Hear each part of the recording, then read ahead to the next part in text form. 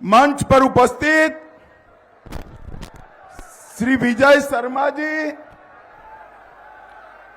लखनलाल देवांगन जी, श्याम विहारी जायसवाल जी, OP Chaudhary जी, प्रेमचंद पटेल जी, बहन रेणुका सिंह जी, श्री धर्मलाल कौशिक जी, श्री भैयालाल रजवाड़े जी, और आज जिनको जिताने के लिए मैं यहां आया हूं, हमारी लोकप्रिय प्रत्याशी डॉक्टर सरोज पांडे जी। जोर से ताली बजाइए सरोज बहन के लिए। और आज कोरबा की इस महान भूमि पर आए हुए प्यारे भाइयों, बहनों, माताओं और मेरे जिगर के टुकड़े जैसे युवा मित्रों, आप सभी को नमस्कार। भाइयों और बहनों, चेतुरगढ़ की आदि शक्ति महिषासुर मर्दिनी मां को मैं प्रणाम कर कर मेरी बात की शुरुआत करना चाहता हूं। थोड़ा लेट हो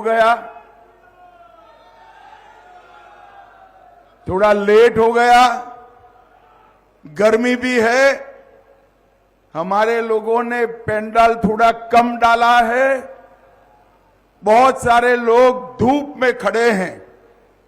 मैं सभी लोगों को क्षमा प्रार्थना कर कर मेरी बात की शुरुआत करना चाहता हूं। भाइयों बहनों, मैं सबसे पहले बता देता हूं, जब चुनाव होता है तब प्रत्याशी कहते हैं कि हमारे यहां सभा करने आइएगा। काफी लोग फोन करते हैं, मगर एक सीट है जहां मैंने सरोज बहन को कहा था, सरोज बहन मैं आपके यहां जरूर आऊंगा, आपको जीत कर आऊंगा। भाई और बहनों, मैं छत्तीसगढ़ राम का नैनीहाल है, नैनीहाल वालों के सामने आया हूं। मैं मन से एक बात पूछना चाहता हूं, मुझे बताओ भैया, अयोध्या में राम मंदिर बनना चाहिए या नहीं बनना चाहिए था? जोर से बोलो, बनना चाहिए था या नहीं बनना चाहिए था? एक कांग्रेस पार्टी जो आज हमारे खिलाफ लड़ रही है, 70 साल से राम जन्मभूमि के मसले को अटका कर रही, लटका कर रही, भटका कर रही। अरे छत्तीसगढ़ वालों, आपने 11 मई से 9 सीटें देकर मोदी जी को दूसरी बार प्रधानमंत्री बनाया।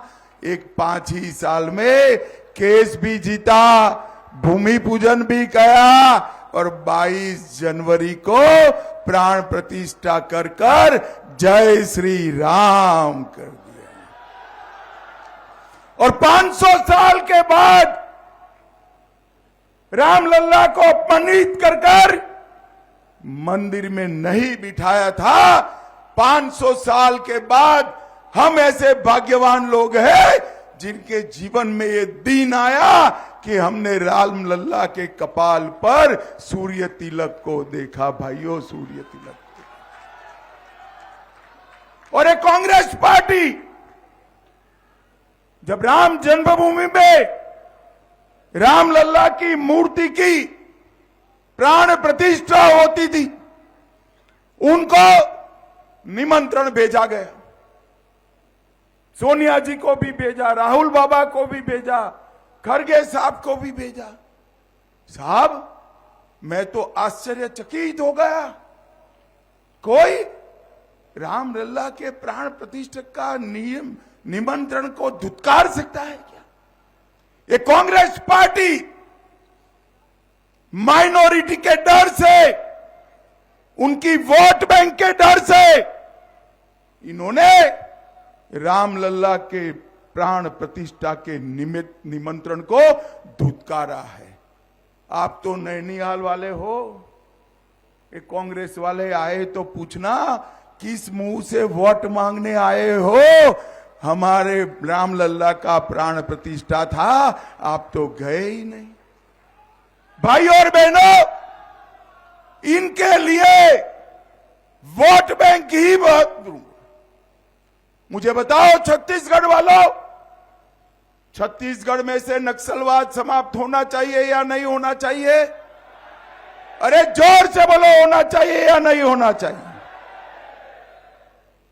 ये भूपेश कक्का की सरकार थी, नक्सलवाद को बढ़ावा देते रहे। विजय बैठा है यहां, हमारे विष्णुदेव जी की सरकार बनी, हमारे उप मुख्यमंत्री गृह मंत्री विजय जी बैठे, 4 ही महीने में 95 लोगों को ढेर करने का काम कर दिया। 350 लोग अरेस्ट हुए, कई सरेंडर हुए। मैं आपको कहकर जाता हूं, मोदी जी ने झारखंड, बिहार, उड़ीसा, तेलंगाना, आंध्र, महाराष्ट्र, मध्य प्रदेश, उससे नक्सलवाद को 5 साल में समाप्त किया है। छत्तीसगढ़ छूट गया था क्योंकि यहां भूपेश कक्का की सरकार थी। मगर मैं कहकर जाता हूं, मोदी जी को तीसरी बार प्रधानमंत्री बनाओ, 2 साल में नक्सलवाद को मूल समेत उखाड़ कर हम फेंक देंगे। हमारे सुरक्षा बलों ने पराक्रम किया, 29 नक्सलवादी मारे गए, कल भी 10 मारे गए। और ये भूपेश कक्का निर्लज्जता से कहते हैं कि फेक एनकाउंटर। अरे भूपेश कक्का, नक्सलियों ने स्वीकार कर लिया कि हमारा बड़ा नुकसान हुआ है। ये कांग्रेस वाले शर्म नहीं खाते हैं भाई, शर्म नहीं खाते। जीतने के लिए, चुनाव जीतने के लिए इस देश में आतंकवाद और नक्सलवाद का पोषण कांग्रेस पार्टी सालों से कर। अब आपको चिंता करने की जरूरत नहीं है। यहां आपने कमल फूल की सरकार बनाई है, ऊपर मोदी जी की कमल फूल की सरकार बनने वाली है। नक्सलवाद को जाना ही जाना है। मुझे बताओ भाई, 2 चरण के चुनाव हो गए, आपको परिणाम जानना है क्या? जोर से बोलो, जानना है क्या? मैं बता देता हूं, मगर कहीं बताना मत। नहीं बताओगे ना? अरे सरदार जी तुम पूछो, बताओगे नहीं ना घर पे? पक्का? तो मैं बता देता हूं, 2 चरण में हमारे मोदी जी सेंचुरी मारकर बड़े आगे निकल गए। ये तीसरा चरण 400 पार की दिशा में आगे बढ़ना है। और तीसरे चरण में सरोज बहन लड़ रही है। कोरबा वालों, कठिन सीट है। गत समय आपने हमें आशीर्वाद नहीं दिया था, फिर भी हमने सोच समझकर सरोज बहन को आप पर भरोसा कर कर यहां भेजा है। तो जिताओगे क्या? अरे जोर से बोलो, जिताओगे? भाई देखो, हर क्षेत्र वाले कहते हैं हमारे सांसद को बड़ा बनाइए, कहते हैं या नहीं कहते हैं? हमने तो बड़ा बना हुआ नेत्री ही आपके यहां भेज दिया है, आपको सिर्फ चुनकर भेजना। गलती मत करना कोरबा वालों, मैं आपको कहने आया हूं, सरोज बहन को जिताकर भेज दो। कोरबा के गांव गांव की चिंता नरेंद्र मोदी जी करेंगे, नरेंद्र मोदी। भाइयों और बहनों, मोदी जी के पास 10 साल का ट्रैक रिकॉर्ड भी है और 25 साल का एजेंडा भी। ये छत्तीसगढ़ ज्यादातर पिछड़ा वर्ग, दलित, सतनामी समाज और आदिवासी भाइयों बहनों का क्षेत्र है। मोदी जी ने 2014 में कहा था कि हमारी सरकार जो बनेगी वो गरीबों की होगी, दलितों की होगी, आदिवासियों की होगी, पिछड़ों की होगी। और मोदी जी ने 10 साल में ढेर सारे काम किए। हर गरीब को घर दिया है, घर में नल से जल दिया है, गैस का सिलेंडर दिया है, 5 लाख तक का बीमा दिया है, हर व्यक्ति को प्रति माह 5 किलो चावल भेजा है, शौचालय बनाकर दिया है। और कोरबा वालों बताओ भाई, कोरोना का टीका लगा है या नहीं लगा है? अरे जिसको लगाया है 2 टीके लगाए भाई, दोनों हाथ ऊपर करो, लगा है ना? किसी को 4 आना देना पड़ा है क्या? मोदी जी ने कॉफी पिलाकर मुफ्त में कोरोना का टीका लगाकर देश को कोरोना से सुरक्षित करने का काम नरेंद्र मोदी जी ने किया है। भाइयों बहनों, नरेंद्र। अरे राहुल बाबा उस वक्त भी कहते थे ये मोदी टीका है मत लगाइयो, ये तो अच्छा है। कोरबा वालों, आप लोग उनका सुनते नहीं हो, आपने टीका लगा दिया, कोई उनकी सुनता नहीं, देश बनने लगा। फिर एक दिन परेशान होकर वो भी रात को बहना को लेकर अंधेरे में टीका लगाए। अरे राहुल बाबा शर्म करो, शर्म करो। कोरोना जैसी महामारी में भी राजनीति करते हो। भाई और बहनों, मोदी जी को तीसरी बार प्रधानमंत्री बनाने का अर्थ है कि देश को नक्सलवाद और आतंकवाद से मुक्ति दिलाना, देश के गरीब को, देश के गरीब के कल्याण की चिंता करना, पूरे देश को विकसित बनाना, जनजातियों का सम्मान की चिंता करना और हमारे छत्तीसगढ़ को देश का सबसे पहला नंबर का राज्य बनाना। मैं जानता हूं सरोजबेन के साथ मैंने संगठन का काम किया है। वो पहले भी सांसद रही है, राज्यसभा की भी रही, लोकसभा की, मेयर भी रही।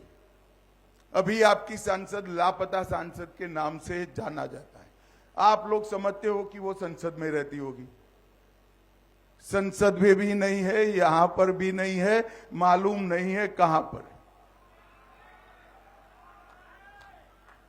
हमें नहीं मालूम है कहां।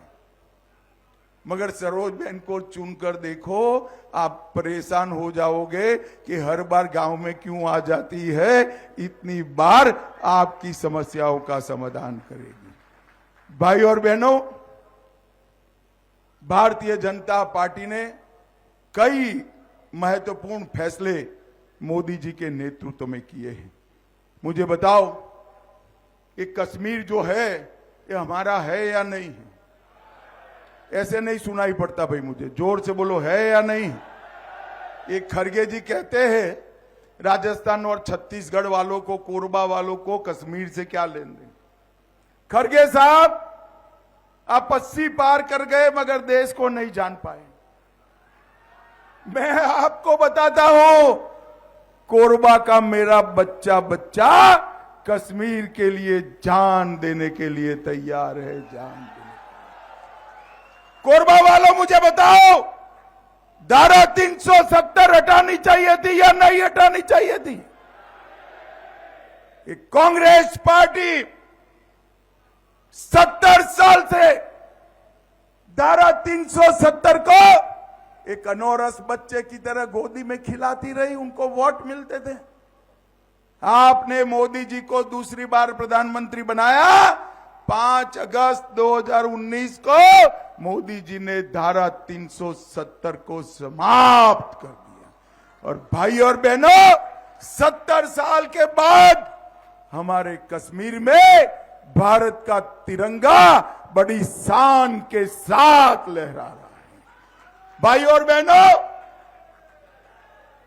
जब मैं धारा 370 हटाने का बिल लेकर खड़ा हुआ, फिर राहुल बाबा खड़े हो गए और कहे धारा 370 मत हटाओ। मैंने बोला क्यों ना हटाए भाई, क्यों ना हटाए? तो उन्होंने कहा खून की नदियां बह जाएगी कश्मीर में। राहुल बाबा 5 साल हो गए, खून की नदियां छोड़ो, कंकड़ चलाने की किसी की हिम्मत नहीं है। कंकड़ चलाने ये नरेंद्र मोदी सरकार, नरेंद्र मोदी जी ने इस देश से आतंकवाद को हमेशा के लिए समाप्त। कोरबा वालों, एक कांग्रेस पार्टी का एक सूत्र है, झूठ बोलो, जोर से बोलो, सार्वजनिक रूप से बोलो और बार बार बोलो। वो कहते हैं मोदी जी को बहुमत मिलेगा तो मोदी जी आरक्षण हटा देंगे। मेरा फेक वीडियो बनाकर सर्कुलेट करते हैं। मैं आपको बताना चाहता हूं कोरबा वालों, 10 साल से आपके आशीर्वाद से मोदी जी के पास बहुमत है। मोदी जी ने आरक्षण ना हटाया ना हटाएंगे। बहुमत का उपयोग क्या किया? 370 हटाने के लिए किया, राम जन्मभूमि का मंदिर बनाने के लिए किया, सीए लाने के लिए किया, ट्रिपल तलाक हटाने के लिए किया, और अब यहां सरकार दी।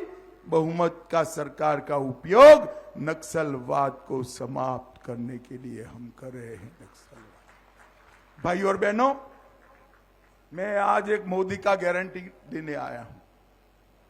जब तक भारतीय जनता पार्टी का एक भी सांसद भारत की संसद में है, एसटी, एससी और ओबीसी के आरक्षण को ना हम हटाएंगे, ना कांग्रेस पार्टी को हटाने देंगे। ये मोदी का गारंटी है। ये झूठ फैलाते भाई और बहनों, नरेंद्र मोदी सरकार ने जनजाति के कल्याण के लिए, आदिवासियों के कल्याण के लिए ढेर सारे काम किए।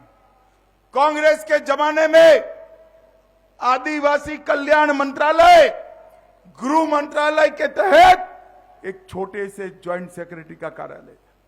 अटल जी प्रधानमंत्री बने, उन्होंने आदिवासी कल्याण मंत्रालय बनाया, national commission of scheduled tribes बनाया, और नरेंद्र मोदी ने 15 नवंबर को भगवान बिरसा मुंडा की जयंती को जनजाति गौरव दिवस के रूप में मनाने का काम नरेंद्र मोदी ने।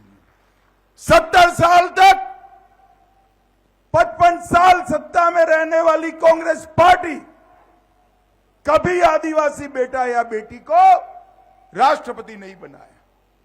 मोदी जी ने ओडिशा के गरीब आदिवासी की बेटी बहन द्रौपदी मुर्मू को महामहिम द्रौपदी मुर्मू बनाकर आदिवासियों का सम्मान करने। एक कांग्रेस पार्टी आदिवासी कल्याण का उनका बजट 2013-14 में 28,000 करोड़ था। कितना था भाई, बोलो जरा, अरे जोर से बोलो। मोदी जी ने इसको बढ़ाकर 1,28,000 करोड़ करने का काम नरेंद्र मोदी जी ने किया। भाई और बहनों, 700 से ज्यादा एकलव्य स्कूल बनाए, डिस्ट्रिक्ट मिनरल फंड 75,000 करोड़ रुपया खदानों से आदिवासी कल्याण में खर्च किया, और सिकल सेल एनीमिया समाप्त करने के लिए हम आगे बढ़ गए, एक बड़ा रिसर्च सेंटर बना रहे हैं। भाई और बहनों, मोदी सरकार ने किसानों के लिए भी ढेर सारे काम करे। ये भूपेश कक्का झूठ फैलाते रहे, हमारे विष्णुदेव साय जी ने आकर सारा धान 3100 रुपया मैट्रिक टन के हिसाब से खरीद भी दिया और पुराना नुकसान भी आपका भरपाई कर दिया।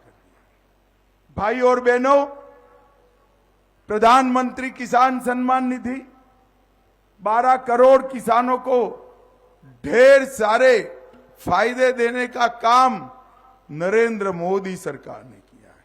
और मैं आज आपको बताने आया हूं भी, ये खड़गे जी कहते हैं मोदी जी आएंगे तो गरीबों का सत्यानाश होगा। मैं खड़गे जी को पूछना चाहता हूं, 25 करोड़ गरीबों को गरीबी रेखा के बाहर निकालना गरीबों का फायदा हुआ या नहीं हुआ? भाई आप भी बोलना, हुआ या नहीं हुआ? 80 करोड़ गरीबों को राशन देना मुफ्त में फायदा है या नहीं है? 12 करोड़ माताओं को शौचालय मिला, फायदा है या नहीं है? 4 करोड़ लोगों को घर दिया, फायदा है या नहीं है? 14 करोड़ लोगों को नल से जल दिया, फायदा है या नहीं है? 60 करोड़ लोगों को 5 लाख तक का पूरा स्वास्थ्य का खर्चा दिया, फायदा है या नहीं? अरे खड़गे साहब, काहे को ये परिवार के लिए झूठ बोल रहे हो? 4 जून को हारने के बाद ठीकरा आप पर ही फूटने वाला है, आपको मालूम नहीं है। ये किसी के नहीं होते खड़गे जी, बड़ी लंबी सूची है। 4 जून को जैसे ही कांग्रेस हारेगी, ये भाई बहन सुरक्षित रहेंगे। बेचारे 80 की आयु के खड़गे जी की बलि चढ़ने वाली। मैं तो खड़गे जी को सलाह देना चाहता हूं, भाई इसके लिए झूठ मत बोला करिए, आप जो सच है बताइए। भाइयों बहनों, कोरबा के लोग इतनी बड़ी संख्या में, हजारों की तादाद में यहां आए हैं। मैं आप सभी को विनंती करने आया हूं, सरोज बहन के नाम के सामने जो कमल का निशान है, वो कमल के निशान पर दबाया हुआ बटन, आपका दिया हुआ एक एक वोट नरेंद्र मोदी को प्रधानमंत्री बनाएगा। ये बात आप जान कर रखिए। सरोज बहन को जिताने का मतलब है मोदी जी को प्रधानमंत्री बनाना। मुझे बताओ, मोदी जी को तीसरी बार प्रधानमंत्री बनाएंगे क्या? अरे जोर से बोलो, बनाएंगे? 400 पार कराएंगे? छत्तीसगढ़ की 11 की 11 जिताओगे? सरोज बहन को जिताकर संसद में भेजोगे? तो मेरे साथ दोनों हाथ उठाइए। माताएं भी उठाए जरा हाथ। मोदी जी ने काफी कुछ किया है, 33% आरक्षण दिया है आपको। हाथ उठाइए, विजय के संकल्प की मुट्ठी भींचे और प्रचंड आवाज से बोलिए, भारत माता की वंदे वंदे, जय श्री राम, जय जय श्री राम। आप सभी का बहुत बहुत धन्यवाद।